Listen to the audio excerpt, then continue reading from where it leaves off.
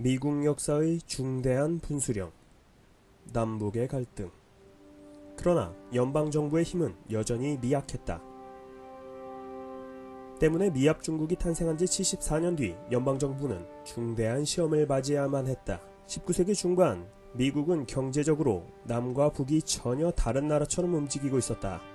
당시 북부에서는 공업과 상업이 발전하고 있었고 자본주의가 정착 중이었지만 남부에서는 플랜테이션 경제를 바탕으로 농장주가 경제를 지배했고 노예제도가 유지되고 있었다. 당시 미국 남부는 백색 황금이라는 목화가 대대적으로 재배되고 있었고 목화 농사는 원체 손이 많이 가는 힘든 일이라 노동력은 전적으로 흑인 노예를 이용했지. 게다가 무역 정책을 놓고도 서로 다른 의견을 보였다. 북부는 영국 제품의 수입을 규제하기 위해 관세를 높게 매겨서 북부의 산업을 보호하려고 했었지만 남부는 영국에 면화를 팔아야 하고 값싸게 공산품을 수입해야 했기에 관세를 낮추길 원했다. 북부, 국산품 매용하자. 관세를 높여라. 보호무역 최고. 남부, 수출을 장려해라. 관세를 낮춰라. 자유무역. 한술 더 떠서 북부는 값싼 노동력을 얻기 위해서라도 노예제 철폐를 필요로 했고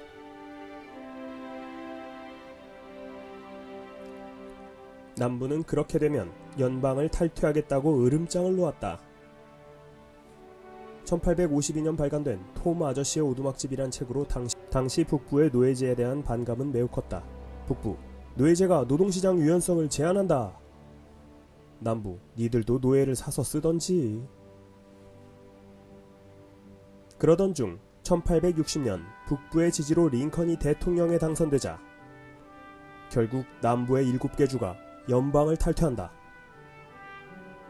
링컨, 난 그저 표 좀 얻으려고 북부의 노예제 폐지에 찬성했을 뿐이라고. 분열은 옳지 않아. 노예제 인정해줄게. 링컨은 분열만은 막아야 한다며 사태를 진정시키려고 했지만 이미 떠나기로 마음을 굳힌 남부 연방의 생각은 완강했다. 미국은 그렇게 설립 74년 만에 국가 분열의 위기에 직면한다. 만약 이때 미국이 둘로 쪼개졌다면 동시에 3개, 4개, 6개, 12개로도 분열될 수 있었지. 솔직히 초강대국의 등장은 별로인데 차라리 그때 여러 나라들로 분열됐더라면. 이상 중국과 러시아의 생각. 남북전쟁과 노예해방 61년부터 65년. 결국 링컨이 선택한 방법은 무력으로 짓밟는 것이었다. 당시 북부의 인구는 남부의 2배가량이었고 무기면에서도 유리했다. 반면 남부연합은 유능한 장군의 지휘 아래 북부보다 단결력이 높았기 때문에 전쟁 초반은 의외로 남부가 훨씬 유리했다. 남북은 북부놈들 별것도 아니잖아.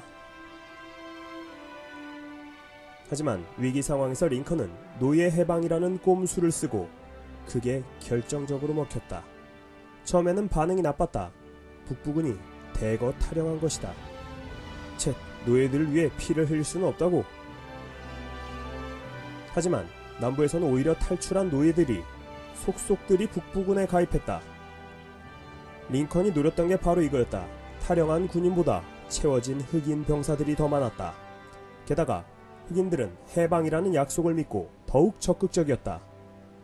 북부군, 와, 흑인 노예들 엄청 열심히 싸워주네. 그리고 4년 만에 전쟁은 북부군의 승리로 막을 내린다. 링컨은 약속대로 흑인 노예들을 해방시켰다. 다만 가식적인 노예 해방이었지. 흑인에게 참정권이 주어진 것은 이로부터 약 100년 뒤의 일.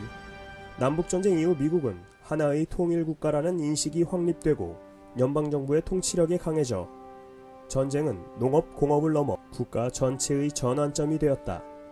그런데 흑인이 해방된 농장에서는 누가 일꾼으로 쓰였는가? 답은 아시아인들이었다. 쿨리라고 불리는 아시아인들은 흑인들보다 성실했고 임금도 낮았기 때문에 농장주들의 선호도가 높았다. 그래서 중국인, 일본인, 조선인들까지 19세기 후반이 되면 대거 이주한다.